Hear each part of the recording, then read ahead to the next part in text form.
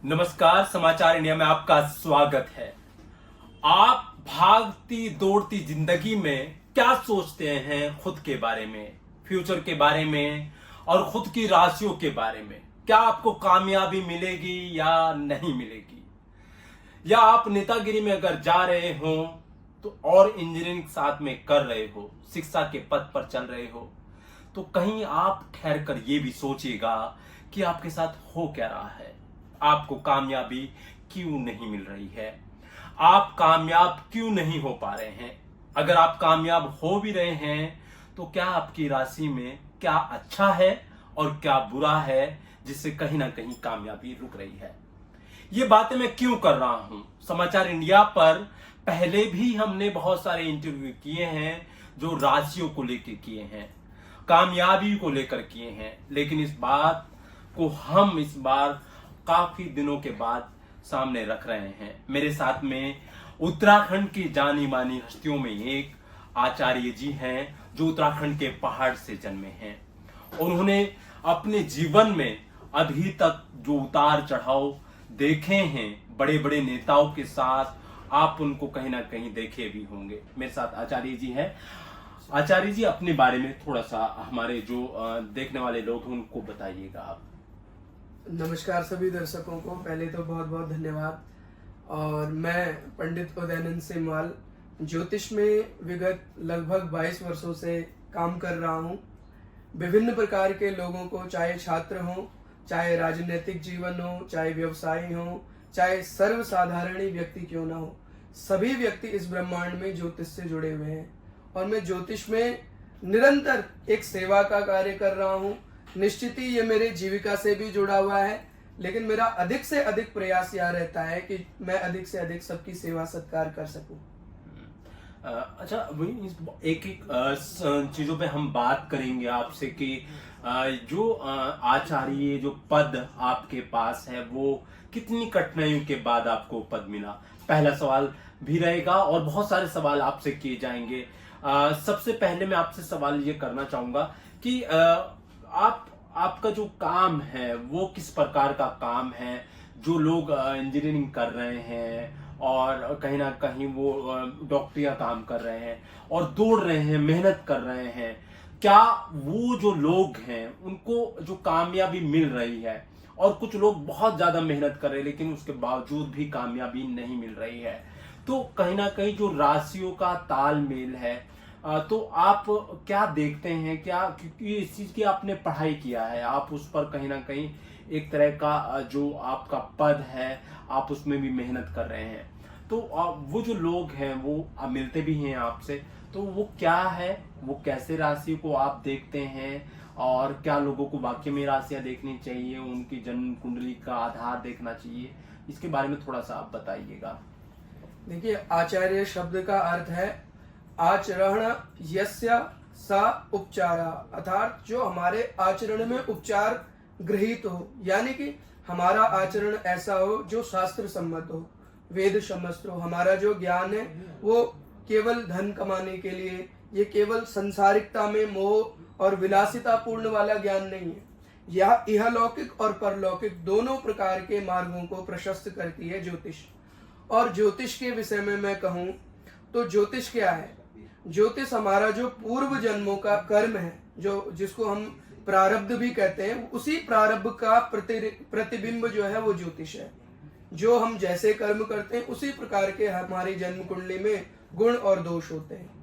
आप देखें, आज के समय में एक घर में 2 भाई 3 भाई अनेकों लोग होते हैं, सबकी शिक्षा दीक्षा एक जैसी होती है, सब एक जैसा भोजन करते हैं, माता पिता सबका पालन पोषण एक जैसा करते हैं, लेकिन कोई किसी दिशा में आगे बढ़ता है, कोई किसी दिशा में आगे बढ़ता है।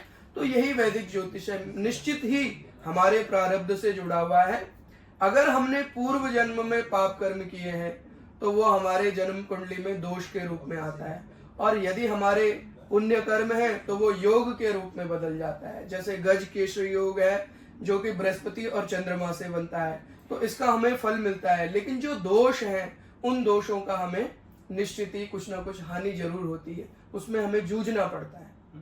अच्छा, जिस तरह से आप बता रहे हैं कि किसी में दोष होता है, पूर्व जन्म में कोई ऐसा काम किया हो, कहीं ना कहीं वो इस भूमि पर भुगतना पड़ेगा, तो आप इसको देखते कैसे? क्या किसी के नाम से ये पता चलेगा या फिर डेट ऑफ बर्थ से पता चलेगा? ये आइडेंटिफाई किस बात से होगा? या फिर हाथ, तो कुछ लोग हाथ भी देखते हैं, तो इन दोनों तीनों चीजों के बारे में आप बताइएगा।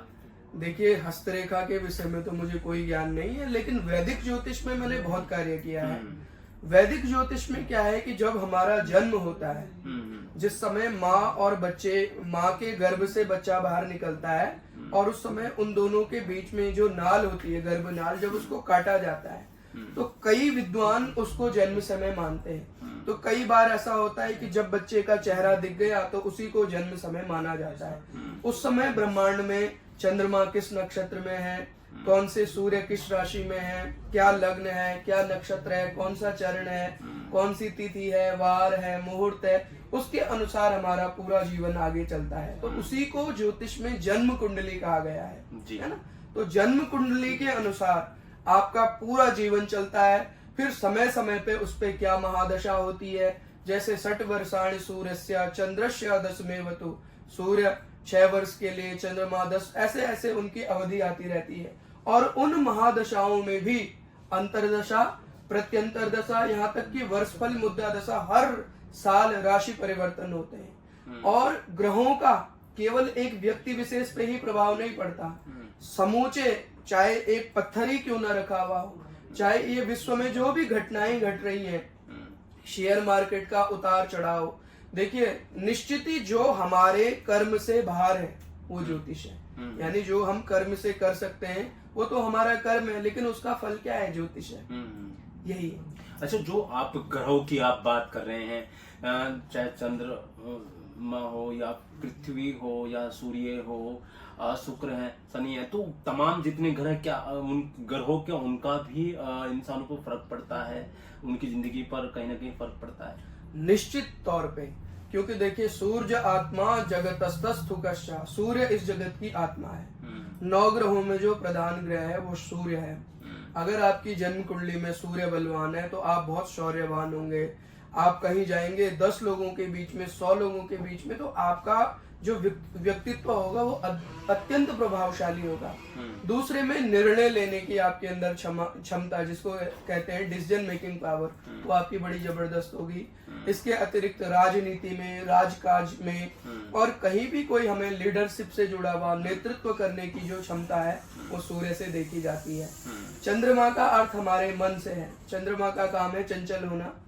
सारे नवग्रहों में चंद्रमा सबसे ज्यादा राशि परिवर्तन करता है, सबसे कम समय में। आप ये लगाइए कि 1 महीने में पूरी राशियों का परिवर्तन कर देते हैं। 27 नक्षत्र होते हैं, 28, अभी एक और नक्षत्र वैज्ञानिकों ने शोध के माध्यम से बनाया है। तो ये पूरी की पूरी एक बहुत बड़ी साइंटिफिक नॉलेज है, एक ज्ञान है, एक शिक्षा है। ज्योतिष कोई ऐसा नहीं है, लेकिन उस ज्ञान के आधार पे आप फलादेश तो कर सकते हैं, लेकिन उसके आगे भी भगवत कृपा होनी चाहिए। ज्योतिष एक पेशा नहीं है। ज्योतिष में हमारे पास जो भी आते हैं, हम सबसे पहले भगवान से प्रार्थना करते हैं कि हम जो इसके बारे में बोले वो सच बोले। ऐसा ना हो कि सामने वाला देखा और उसके अनुसार बात करने लग गए। एक दूसरे में हम जो भी फलादेश करें वो सत्य फलादेश हो। तो ये सारी चीजें ज्योतिष से जुड़ी हुई है। छोटी सी बात याद आई है, बहुत लोगों के परिवार में ऐसे होते हैं कि पंडित होते हैं जो उनके घरों पर जाते हैं और वो राशि देखते हैं, तो कहीं ना कहीं प्रभावित करने वाली बात भी बोलते हैं। क्या उन लोगों को जो बात है ग्रहों की वो सच बोलनी चाहिए? उस पर आप क्या है, क्योंकि बहुत सारे आचार्य भी होंगे, पंडित भी होंगे, उस पर आप क्या कहेंगे? देखिए, आचार्य और ब्राह्मण की मैं बात करूं तो ब्राह्मण कौन है जी? जन्म न जायते शूद्रः संस्कारात् द्विज उच्यते, वेद पाठात् भवेद विप्र ब्रह्म जानाति ब्राह्मण। भगवान कहते हैं कि जो ब्राह्मण है वो कौन है? ब्रह्म ज्ञानी है, यानी कि जो भगवान का मार्ग बताता है वो ब्राह्मण है। और ज्योतिष कौन है? जो इहलौकिक यानी इस लोक में जो हमारी थोड़ी सी समस्याएं हैं उनसे कैसे हमने सही रास्ते पे चलना है, क्योंकि कुछ न कुछ किसी न किसी के जीवन में उतार चढ़ाव तो निश्चित ही होता है। कुछ हमारे जीवन में ऐसी घटनाएं होती हैं जिन पे हमारा प्रभाव नहीं पड़ता, लेकिन उनका प्रभाव हम पे पड़ता है। हम सोचेंगे कि हमने एक बॉल डाली और उसमें आउट भी हो सकता है और कई बार छक्का भी लग जाता है। तो वही योग और दोष होते हैं। साधारण ब्राह्मण की बात करूं तो देखिए, ब्राह्मण तो पूजा पाठ कराना वो एक मंत्र साधना में आ गया, और ज्योतिष जो है वो वेद का ही अंग है। वेदों की जो नेत्र है, वेदों का जो चक्षु है, उसको ज्योतिष कहा गया है।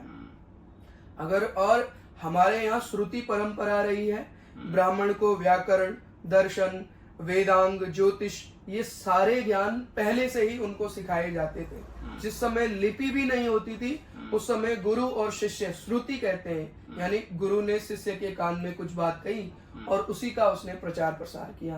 तो सर्वसाधारण ब्राह्मण भी अगर विद्वान ब्राह्मण है तो निश्चित ही वो आपको इसका मार्गदर्शन करा सकते हैं। दूसरी बात, कर्मकांड एक अलग विषय है। कर्मकांड में साधना, उपासना, गंधम समर्पयामि, पुष्पम समर्पयामि, इतने उपचार होते हैं, ये है, ये सब जो है साधना मार्ग आता है। ज्योतिष पे पूरा भारत, इसकी 6 की 6 ऋतुएं, हमारे त्योहार, हमारे वार, मुहूर्त, तिथि, करण, सब कुछ ज्योतिष पर ही निर्भर है। यहाँ तक कि आज अगर शनिवार है तो ये ज्योतिष है। आज भी 1000 वर्ष बाद कौन सा ग्रहण होगा, कितने अंश पे होगा, कब राशि परिवर्तन होगी, आज से लाखों वर्ष पहले की भी गणना ज्योतिष है। तो ज्योतिष जो एक साइंटिफिक कैलकुलेशन हम कह सकते हैं। साधारण ब्राह्मण भी ज्योतिष के निश्चित ही मर्मज्ञ होते हैं, लेकिन ज्योतिष और कर्मकांड मुझे लगता है अलग अलग विषय है। अच्छा आचार्य जी, एक सवाल था मेरा। आजकल के युवा जो हैं वो कहीं ना कहीं नशे की जद में जा रहे हैं, और दूसरा कुछ लोग डिप्रेशन का शिकार हो रहे हैं लगातार। तो क्या वो लोग भी आपसे मिल सकते हैं अपने बच्चों को लेकर, अपने भाइयों को लेकर, अपनी बहनों को लेकर, कि कहीं ना कहीं उनका जो राशि है उनका राशि में क्या है क्या नहीं, क्या वो लोग मिल सकते हैं आपसे आकर? जी, सर्वप्रथम तो आज के समय में डिप्रेशन से बहुत, केवल विद्यार्थी ही नहीं जी, मुझे लगता है ग्रस्त जीवन में भी, और एक आजकल तो छोटे छोटे बच्चे भी डिप्रेशन का शिकार हो रहे हैं। उसका ज्योतिष में अगर हम आकलन करें तो चंद्रमा से मन की गति देखी गई है। जी। दूसरी बात, जो आधुनिक जीवन शैली है, जी जी। हम यहाँ बैठे हैं और हमारा मन 10 जगह लगा हुआ है। शास्त्रों में लिखा हुआ है कि कोवा दरिद्र है विशाल तृष्णा, जिसकी इच्छाएं अनंत होती हैं वो दरिद्री कहलाता है। अब डिप्रेशन का कारण क्या है?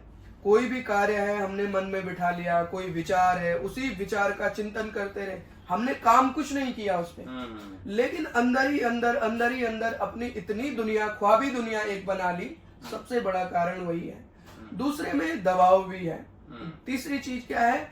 व्यक्ति आधुनिक शिक्षा को तो ग्रहण कर रहा है, लेकिन आधुनिक शिक्षा का उद्देश्य क्या है? सभी को शायद हो सकता है मेरी बात कड़वी लगे, लेकिन आज के समय में शिक्षा पैसा कमाने का साधन है।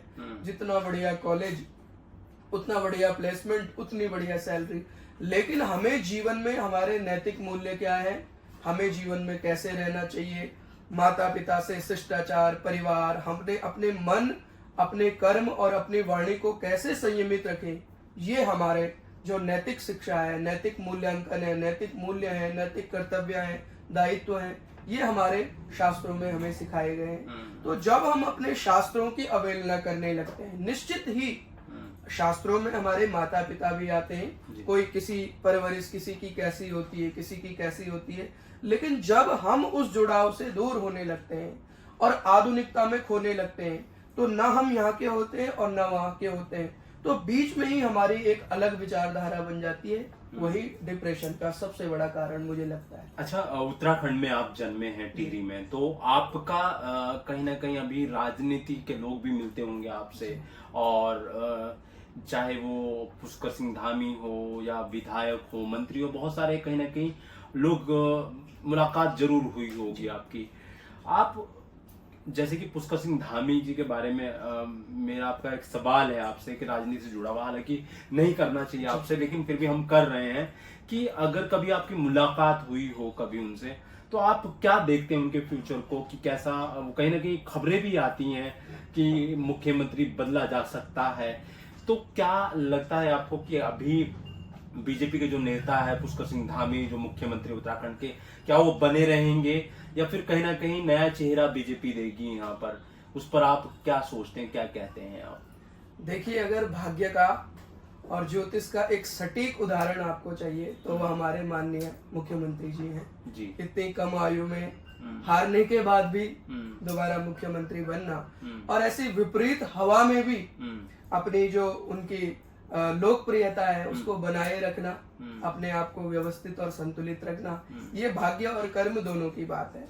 यद्यपि मैं राजनीति के शब्दों से कोशिश करता हूँ कि इन सब विषयों से बचूं, लेकिन ब्राह्मण के लिए सब बराबर है, चाहे वो मुख्यमंत्री हो, चाहे एक मजदूर हो, एक शिक्षक हो, कोई भी हो, हमारे लिए यजमान है। हमारा काम है अपने यजमान का रक्षा करना और उसको अच्छा मार्ग बताना, ये हमारा काम है। रही बात वो भाग्यशाली भी हैं और उनके ज्योतिष में अगर मैं बात करूं तो निश्चित ही उन पे कृपा तो है ही कि इतने कम आयु में बने हैं और ऐसे विपरीत समय में, जैसे हमने देखा है कि 4 साल एक मुख्यमंत्री रहे, इतने बड़े संघ के नेता और इतने बड़े राजनीतिज्ञ जिनका केंद्र में भी बहुत अच्छा हस्तक्षेप है, और उसके बाद दूसरे मुख्यमंत्री बने, वो 3 महीने के लिए बने, उसके बाद ये अचानक से आ गए जिनको कोई भी नहीं जानता। तो ये अपने आप में बहुत बड़े योग होते हैं और ये योग है इसीलिए ऐसा हो रहा है। ये राजयोग कहा जाता है इसमें, जैसे गुरु चंद्रमा जिसका एक साथ हो, बृहस्पति और चंद्रमा हो, गज केसरी योग होता है।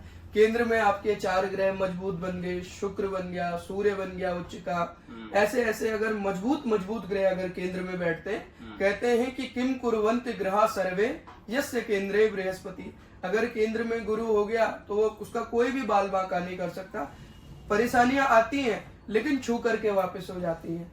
तो उनका भाग्य अच्छा चल रहा है। निश्चित ही मुझे लगता है, निश्चित ही अगर वो खबरों में है, उनकी चर्चा चल रही है और इतनी विरोध पूर्ण हवा चलने के बाद भी अगर वो टस से मस नहीं हो रहे तो ये निश्चित ही उनकी मेहनत भी और भाग्य भी है। अच्छा, इससे जुड़ा हुआ एक सवाल और है मेरा, अगर किसी का वक्त अच्छा नहीं चल रहा है तो उपाय भी बताते हैं आपकी, उपाय उसमें करने के बाद सुधार हो सकता है? देखिए, मैंने जब इस इंटरव्यू की शुरुआत की थी तो मैंने बताया था कि ज्योतिष क्या है, हमारा जो प्रारब्ध है उसका प्रतिबिंब है, यानी जो हमने पूर्व जन्म में कर्म किए हैं उसी का जो फल है वो हमारे ज्योतिष के माध्यम से मिलता है जी। अब रही बात समय अच्छा चलना और बुरा चलना, देखिए हर व्यक्ति के जीवन में सुखस्य दुखस्य नकोपि दाता परो ददातीति कुबुद्धि रेसा, सुख और दुख को कोई देने वाला नहीं है, वो हमारा अपना कर्म है। अगर हमने हमारे जीवन में कुछ अच्छी घटना हो रही है तो वो भी हमारी मेहनत और कर्म है। जी जी। केवल यही नहीं कि आज मैं आपके सामने आया और मैंने ये कर्म किया, निश्चित ही हमारा जुड़ा हो कुछ ना कुछ पहले से है। दूसरे में दुख भी यही है, इस संसार में कोई भी व्यक्ति दुखी नहीं रहना चाहता। जी जी। सब लोग सुखी होने का प्रयास कर रहे हैं और दिन रात उसके लिए कोशिश कर रहे हैं, उसके बाद भी उनके जीवन में दुख आ रहा है। हाँ, रही बात बुरा समय की, तो मैं बुरा समय उसको समझता हूँ, मैं आपको एक बहुत कड़वी बात बताता हूँ। ज्योतिष में अधिकतर लोग, क्योंकि मुझे भी इस क्षेत्र में लगभग 22 वर्ष हो गए हैं, जी जी, मतलब हम अपने यजमान के सामने भले इस बात को ना बोलें क्योंकि हमारा काम है उनकी बात सुनना और उनको रास्ता देना, लेकिन जो सटीक प्रश्न है ना वो लोग नहीं कर पाते। दूसरी बात यह है कि बुरा समय उसको कहते हैं जब आपके शरीर में कोई रोग लग गया हो, आप किसी काम को करने में असमर्थ हैं, वो बुरा है। हाँ, संघर्ष हर व्यक्ति को करना पड़ता है, कोई अपना परिवार बसाने के लिए, बचाने के लिए संघर्ष करता है, कोई धन कमाने के लिए संघर्ष करता है, कोई अपने पद प्रतिष्ठा के लिए संघर्ष करता है। ज्योतिष में ऐसे उपाय निश्चित होते हैं कि अगर आप पे जैसे शनि की महादशा चल रही है, शनि कौन है? न्याय के देवता है। सीधा अर्थ यह है, अगर आप अच्छे कर्म करते हैं, अगर आप न्याय युक्त आचरण करते हैं, शास्त्र सम्मत कर्म करते हैं, आपका शनि ऑटोमेटिकली अच्छा होगा।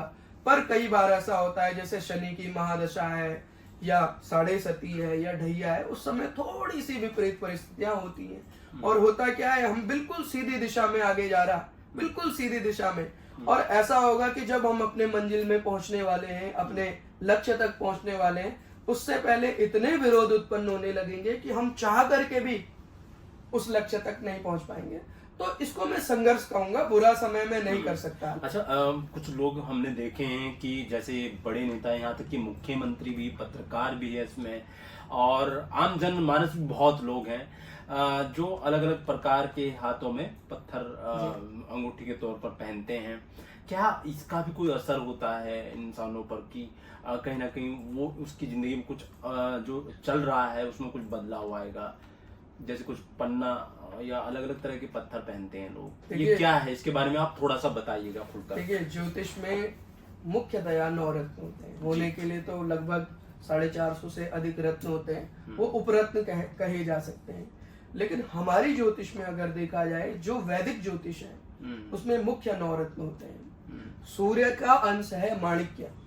आप अगर जो साइंटिफिक नॉलेज अगर आप उसकी ग्रहण करें तो उसको रूबी कहा जाता है। और रूबी की हार्डनेस अगर आप पढ़ें, उसकी स्पेसिफिक ग्रेविटी के बारे में आप पढ़ें, उसके कलर, उसके लस्टर के बारे में अध्ययन करें, तो निश्चित ही ये सूर्य का अंश है। तो सूर्य से जुड़ा हुआ है माणिक्य। इसमें लोग सूर्य के लिए, सूर्य की महादशा में या सिंह राशि वाले लोग इसको पहनते हैं। दूसरे में जिन जातकों का जन्म, जिनकी कुंडली में सूर्य निम्न है, निचला है, उसको बलवान करने के लिए रत्न पहने जाते हैं। और रत्न राजा महाराजा से लेकर और सर्वसाधारण व्यक्ति भी पहनते हैं। रही बात, कोई उपाय ऐसा होता है जो हमें रोज करना है लेकिन हम उसे नहीं कर पाते हैं, तो हम उसके अभाव में कोई रत्न पहन लेते हैं और निश्चित ही हमें उसका फल मिलता है। क्योंकि मेरा तो मुख्य विषय ही वही है। और सूर्य का जो रत्न है वो अधिक से अधिक आप देखेंगे अधिकारी वर्ग माणिक्य ज्यादा पहनते हैं। इसके अलावा राजनीति में जो शीर्ष पदों पे हैं वो लोग भी माणिक्य धारण करते हैं। लेकिन मेरा मानना यह है, कई लोग बोल देते हैं कि जी मोती ऐसे ही पहन लो, पुखराज ऐसे ही पहन लो, लेकिन जन्म कुंडली का विस्तृत अध्ययन करने के बाद पता चलता है कि कौन सा रत्न पहनना चाहिए या नहीं। बुध ज्योतिष में नपुंसक ग्रह है। बुध का अपना कोई व्यक्तित्व नहीं। अगर वो राहु के साथ बैठता है तो राहु जैसा फल देता है, बृहस्पति के साथ बैठे तो बृहस्पति जैसा फल देता है। तो रत्न के अंदर एक बहुत बड़ा विज्ञान छिपा हुआ है, बहुत बड़ा रहस्य छिपा हुआ है। दूसरी बात मैं अगर कहूं ज्योतिष में, तो रत्नों के विषय में अगर देखा जाए तो महादेव भगवान विष्णु कंठे यस्य विराजते ही गरलम गंगा जलम मस्तके, कौस्तुभ मणि के विषय में बताया गया, स्यमंतक मणि के विषय। तो हमारे जो भगवान है, आराध्य है भगवान विष्णु, वो भी मणि को धारण करते हैं। भगवान शिव भी मणि को धारण करते हैं। हाँ, आज रत्नों का व्यवसायीकरण हुआ है, लेकिन मेरा ये मानना है, जैसे कई लोग कह देते हैं कि नीलम पहनो और तुरंत उसका पता चल जाता है। ये सच है, आप हाथ में रखेंगे आपको 1 घंटे में उसका असर होगा, लेकिन ये पूर्णतया सत्य नहीं है। कई बार उसको 6 महीने से 1 वर्ष भी समय लगता है। जैसे शनि 19 वर्ष आपकी कुंडली में रहता है, तो वो 1 मिनट में कैसे आपको उसका प्रभाव दिख सकता है। हाँ, चंद्रमा चंचल है, सबसे ज्यादा जल्दी राशि परिवर्तन करना, तो मैं मान सकता हूँ कि जी मोती आपने धारण किया यूं। लेकिन कई बार ऐसा होता है, हमारे ग्रह कोई मार्केश हो, कोई विपरीत हो, छठे 8वें या 12वें घर का जो स्वामी है, उसके लिए रत्न बहुत विचार करके पहनने चाहिए। ठीक है, अब इसमें एक सवाल है मेरा। मैं हरिद्वार हम जाते हैं तो, या फिर तमाम जहां हम जाते हैं रिपोर्टिंग के तौर पर, तो हम देखते हैं कुछ लोग वहां पर अलग अलग प्रकार के चीजें रखे होते हैं और वो हाथ पर रखते हैं और पानी डालते हैं। फिर वो कहते हैं कि अगर ये आप कलर चेंज होता है तो ये आपके साथ मैच करेगा, आप इसको पहन सकते हैं। बहुत लोग सड़क पे बैठे होते हैं, सेल करते हैं, तो वो क्या है, क्या वो सच्चाई उसमें कुछ है, वो ऐसे पहनना चाहिए? देखिए, मैं किसी की जीविका पे प्रश्न नहीं उठाऊंगा, प्रश्न चिन्ह, लेकिन हमने रिसर्च किया उस पर। हाँ, तो केमिकल का एक रिएक्शन है। लेकिन मैं सत्य कह रहा हूँ, मुझे इस पेशे में बहुत वर्ष हो गए जी, और मुझे नहीं लगता कि ऐसी कोई बात मैंने पढ़ी है। और किसी भी रत्न को अगर आप जांचना चाहते हैं, उसका परीक्षण करना चाहते हैं, तो उसकी और बहुत सारी पद्धतियां हैं। पर ऐसा नहीं है कि रत्न घूमने लग गया। मैंने भी सोशल मीडिया पे एक पोस्ट देखी थी तो बड़ा मुझे अचंभा हुआ, लेकिन ऐसा नहीं है। रही बात, हर व्यक्ति का अपना जीवन है, अपना काम करने का एक अलग तरीका है, कार्यशैली है। तो मुझे नहीं लगता कि मैं उसमें उनके ऊपर कोई। आपसे पर्सनल सवाल कर लेते हैं, नेता मिलते हैं आपसे? निश्चित ही मिलते हैं। निश्चित ही मिलते हैं। मेरा काम है हाँ, मजदूर वर्ग से लेकर राजनेता तक, और काफी सभी लोग से मेरा परिचय है। घर बनाने से लेकर तमाम चीजों पर जी, बात होती है। मैं ब्राह्मण हूँ।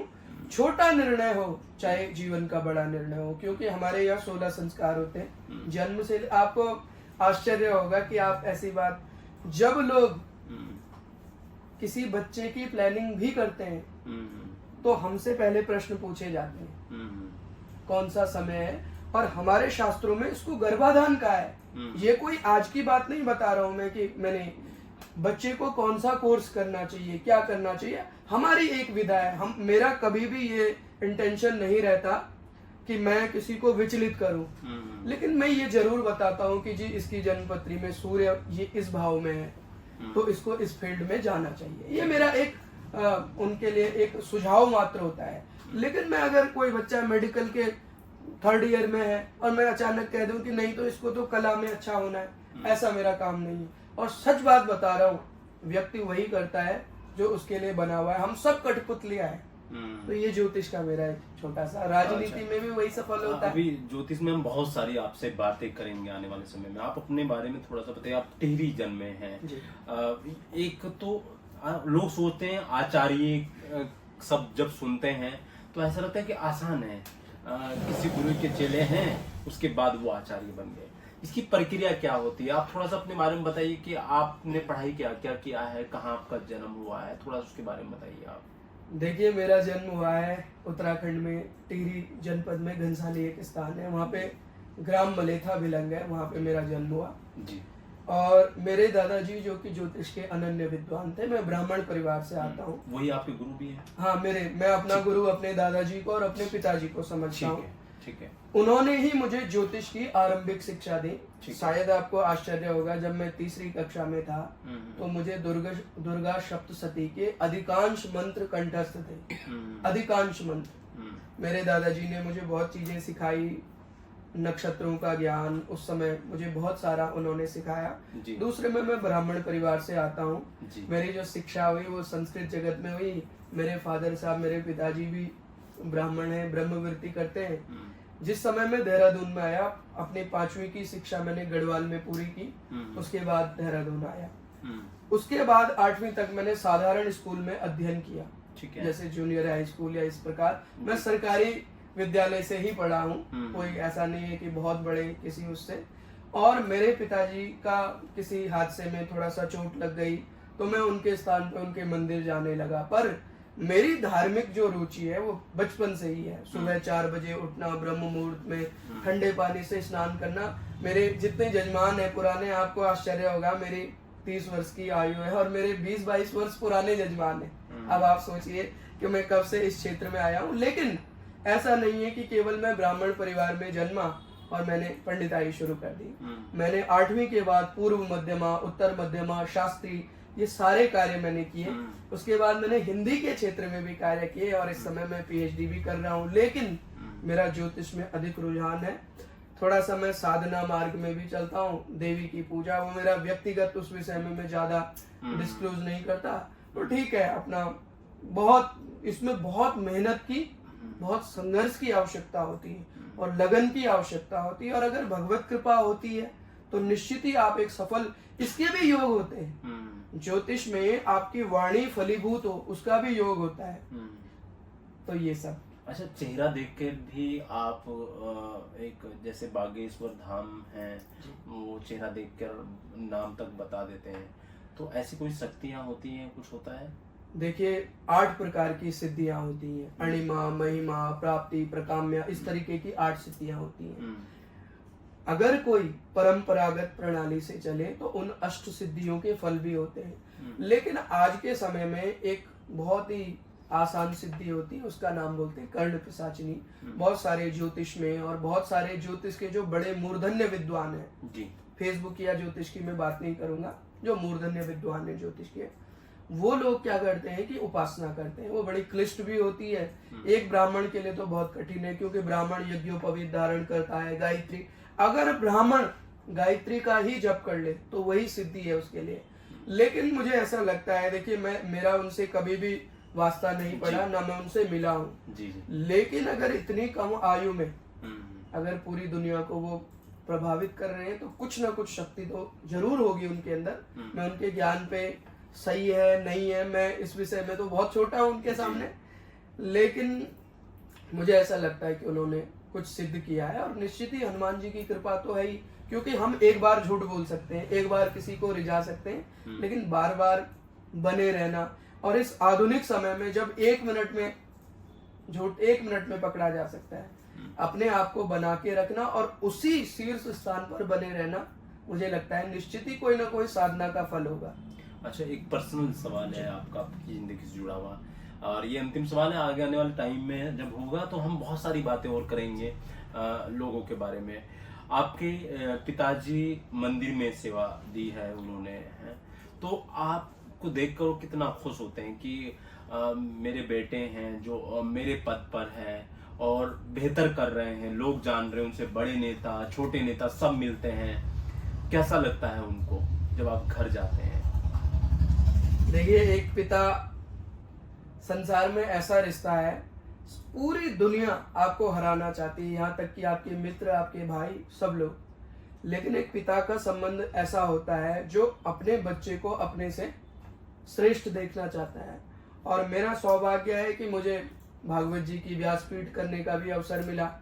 मैंने अपने जीवन में कई सप्ताह किए हैं। मेरे प्रयास रहता है कि जितनी सादगी से जीवन जिया जाए उतना सादगी से रहो, लेकिन ईश्वर की अनुकंपा है, मेरी छोटी सी आयु में मुझे बहुत अच्छी जगह से मुझे अवसर मिले हैं। मेरे बहुत अच्छे यजमान हैं और मैं यजमान को यजमान के अनुसार ही आकलन करता हूँ, चाहे वो मजदूर हो, चाहे वो मुख्यमंत्री से लेकर और उससे भी आगे के बहुत सारे यजमान हैं हमारे। लेकिन निश्चित ही मेरे पिताजी का ही आशीर्वाद है मुझ पे, और मैं आज भी उनको अपना गुरु मानता हूँ और अपने जीवन के हर सांस तक उनको अपना गुरु मानता हूँ। माता जी क्या देखती हैं? माता जी मेरी बहुत साधारण परिवार से हैं। एक माँ और बच्चे के बीच में जो जीवन में वो सब होता है, वो सब मेरी माँ से जुड़ाव है, लेकिन मैं अपना आध्यात्मिक गुरु अपने पिताजी को ही मानता हूँ। और मेरा निश्चित ही मेरे पिताजी से जुड़ाव भी बहुत ज्यादा है।